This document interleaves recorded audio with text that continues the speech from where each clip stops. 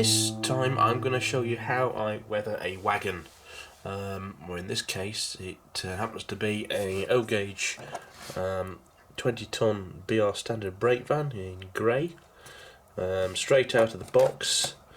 Looks very clean to me, and we're going to address that now. The first things that I notice are these metal rims on the wheels. I'll be painting those very quickly. Other things is the floor where the brakeman will stand is very clean, and also the same colour as the bodywork, which I'm not sure is quite correct.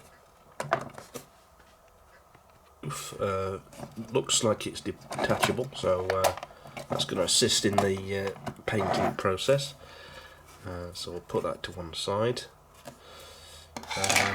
So we'll look inside. There's no details inside, but I think these sidewalls also come out fairly easily. Let's have a look. I don't think they're glued in, so this might assist in the weathering because there's some nice glazing in there. I don't want to get too much paint on the glazing, so if I take those out, that'll probably assist me. Just pull out there. I'll take a little bit more care weathering around these separately. Now you see this particular model is one of the planked side ones, although it doesn't seem that obvious on this. I don't think it's quite as deep as it could be, and it's only when you close up that you notice that it is one of the wooden plank side versions. So what I intend to do is make that far more obvious by running some dirty paint down these slots. Also the bottom of the vehicle's going to have quite a heavy weathering as well. But first of all, I'm going to do. I also don't like, by the way, this. This is a concrete platform which is added for weight. It seems very similar colour to the rest of it, and I don't think it should be. So that's going to take. I've seen some pictures where it's actually the same colour as the chassis. This whole area. So I don't know. I might look at some photographs and decide whether to do that or not. But there's a lot of space in there for detail, and if you wanted to add benches and a stove and so on, very good for lighting. Right, so let's get on to the paint. These are a mixture of paints really. Most of them are the enamel types like the Humbrals, or some of the specialist ones which are very good for railways, which is the Phoenix Precision enamels, which come in all these special colours. Railway related ones, I've actually got BR Freight Wagon Grey, which is what that model is, which will come in handy if I make any mistakes. But for the basic weathering, I've got some ready mixed. This is water based actually, which I don't usually use, but it is good for certain things. This is a 50-50 mix between Sleeper Grime and Roof Grey, I think it is, either that or Great Western Grey, but if you mix them together you get sort of an off grey, browny, nondescript muck colour, which I'll be using on the chassis. So I'll get on and apply the first bits now.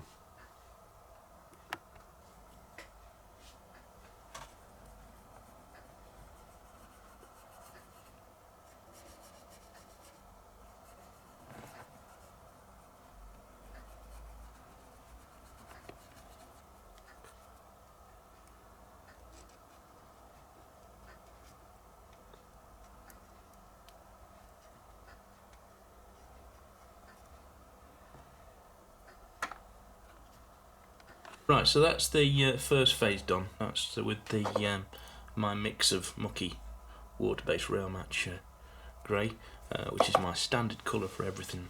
I tend to use that instead of black. If I was building this from a kit and I had to paint the black parts, I wouldn't bother. I'd just go straight to that. And everything on my layout buildings, I try and use that same standard mix on everything, because then it makes the whole layout blend together nicely, and it's my layout. The only problem is then when you buy new ready to run rolling stock, you have to, well, it doesn't look too out of place, but it helps if you use a bit of that on those as well. So what I've done is the whole underframe I've brush painted, as you saw. I tried to film me doing it. All the bits that will be black plastic and now, as far as you can see when it's on the track, is now this mucky grey. There are some areas under there which I haven't done, but the wheel faces especially was the first thing I did. You also notice there's this little detail on here, the builder's plate, which I tried to film me doing. I just took that off, painted over it, and then took it off again with the what did you call these, cotton buds. Also done the roof. That's in that same shade. That's dried pretty quickly. Also the tops here, these which are concrete. I've done these very roughly actually. I've stippled them because that would be rough concrete on there. So that looks good matching there. The ends as well. The buffers, buffer heads. A lot of people leave those shiny, which I don't like, and a lot of ready to run wagons come with that shiny. I tried to do the chain to some extent. It's not fully covered, but I'll take care of that later with some different colours on top, maybe some rust shades. So that's the first phase. People ask me why I don't use an airbrush. Various reasons. One, I haven't bought one yet. I keep meaning to. I've been saying that for about 10 years though. Other thing is I live in a flat and it's not. I haven't got a lot of room.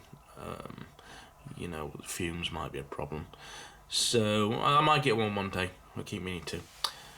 So that's the first phase. I'm going to let that dry now. And then we'll get to the more fun bit of going over the top of this sort of base finish. So I'm going to have a cup of tea now and I'll come back to you shortly. Right, next thing I'm going to do is probably not all that necessary, but I'm going to give it a quick mist coat of matte varnish. Now I could do a whole video on varnishes, spray varnishes. Try and find one that you like. I mean, this one, I like this Halford stuff because it's about the same price as proper model railway varnishes, but it doesn't clog up. It's nice consistent finish. The big tins readily available. You have to be careful with some of the varnishes because you tend to have problems. It can cause problems on perspex. If you get matte varnish on perspex, it's gonna look nasty. Unless you want that effect. Of course, sometimes you might want that effect, but it kind of looks frosty. But one tip, one area where I would use it on perspex is if I'm doing on the front of diesels. If you want the wiper effect, what I do is cut the wiper sweep mark, or the clear bit that you look through on the when the wiper's been on. Cut that out of masking tape. Stick that onto the windscreen where you don't want the varnish, and then spray the front of the diesel. And that'll frost the areas where the wiper hasn't got to. It's a good effect, which I've used a few times on diesels. I haven't got one at the moment I can show you, but that could be one way of using varnish. The other thing is that this, if you use it too thick, it can affect transfers, particularly water slide transfers you put on yourself, and sometimes transfers that manufacturers have put on.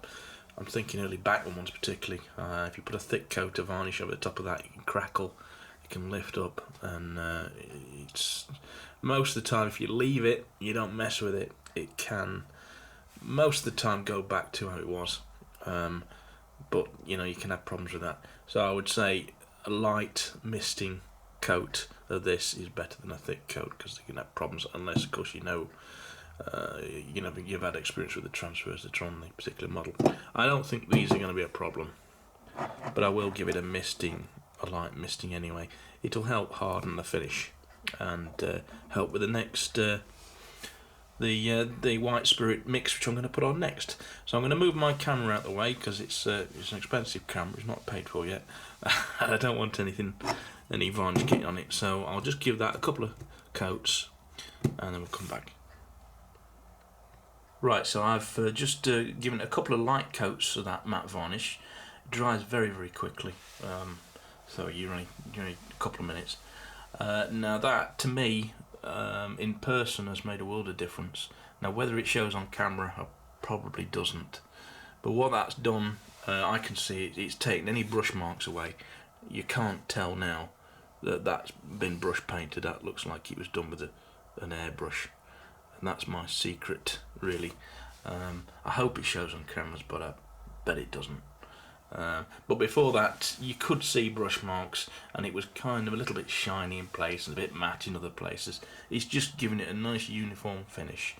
And the whole thing, once I've done the Brakevan, it'll get another coat of that as well. But let's continue with the next stage, which, as I say, is a bit more fun, and we're taking care of all the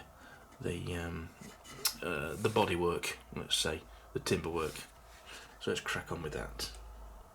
To the paints then, I'm going to want to use enamels on this, because I'm going to want to blend at least two shades together, and that's going to be dark brown, dark grey basically. So if we have a look what we've got, I've got trusty old track dirt. Let's get rid of that water base, I'm not going to use that on this. So I've got some track dirt, which is from Phoenix Precision. Doesn't feel like there's a lot in it. There's also, let's have a look, dark grey. It's not as dark as I want, but there's a bit of humbrol there. They well mix, they're both enamels. And we got some black, so I can darken that down. So I'll probably put black, dark grey, dark brown together to make a mix, which is going to be similar to that. This my usual mock colour, but it'll be slightly different. So I'll just mix those together on a bit of scrap plastic card. This is Fox nameplate card you get in there when you order their nameplates.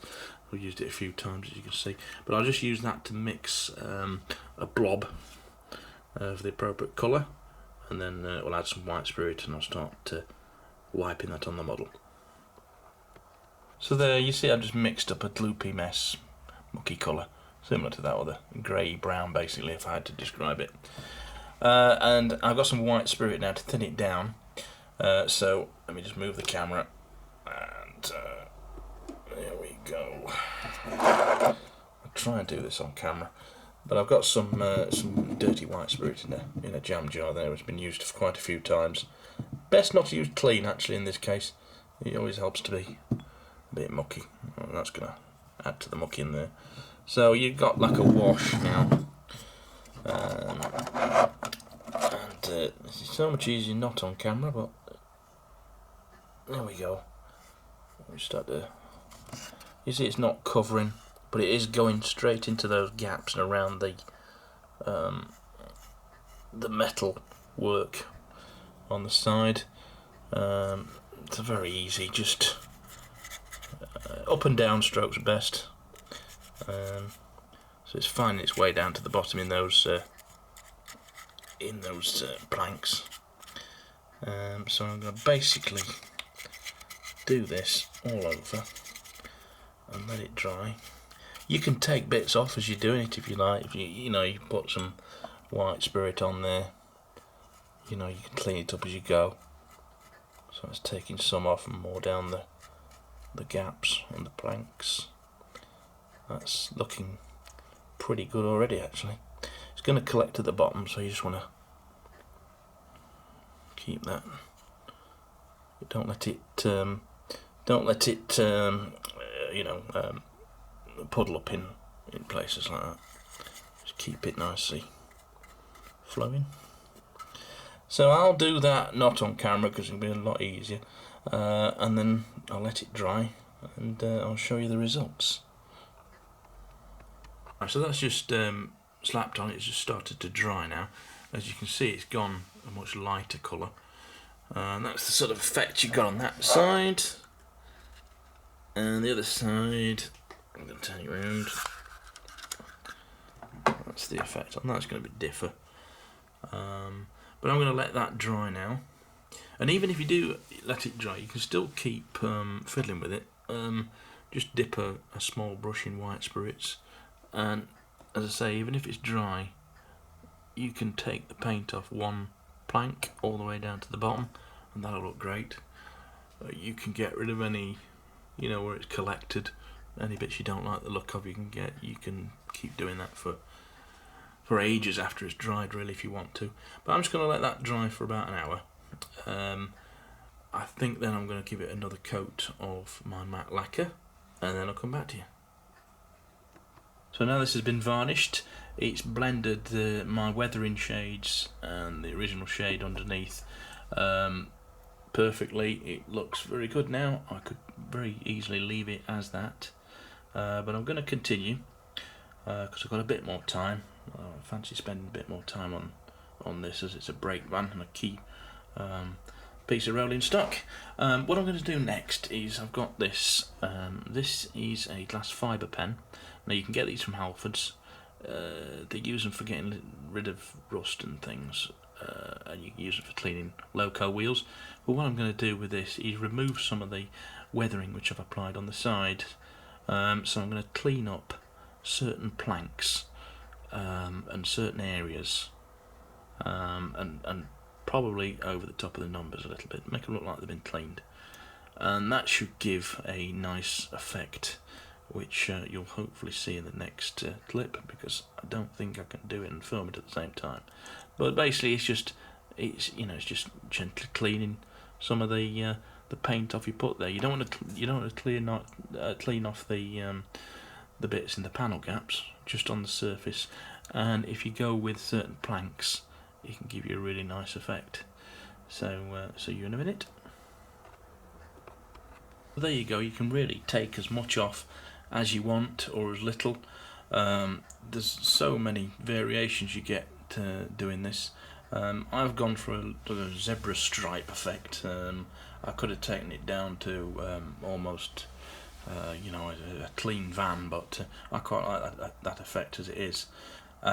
So after this, I think I'm going to highlight some areas with a rust colour, which is probably going to be like the colour I use for that is usually bauxite brown, and I will probably dry brush some of this around some of the areas on the chassis, and see how that comes out. A little bit of dry brushing around some of the metal parts of the Brakevan, particularly around the brakes and the wheel area around here. I stippled a bit on this metal ducket as well, a bit on the buffers, just general dry brushing just to liven it up a little bit, and we're nearly there. The only thing next I'm going to do is use some weathering powder, which I've got from Humbrol, which is black, and I'm going to put quite a lot of that on the roof and on the top of these areas as well, just to darken that down and make it look like soot because it might have worked next to a steam engine, and then it'll get a coat of varnish.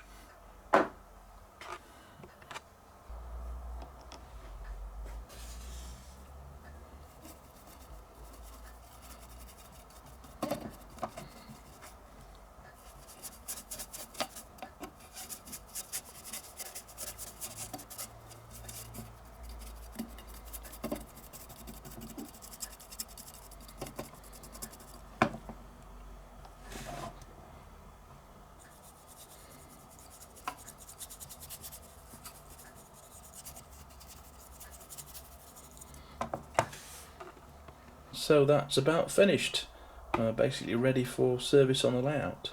There are various other things I could do, or I will be doing. Some springside lamps that look good on the back, and also a Model U figure of a guard would look very good on the veranda there as well. So thank you very much for watching my little video on how I weather things. Although it's been O gauge, it would work in 00 and any other gauge. So try out the methods I've shown you, or come up with your own, but you can get a really nice individual personalised model by doing these simple procedures. I'll see you next time. Thank you very much for watching. Bye bye.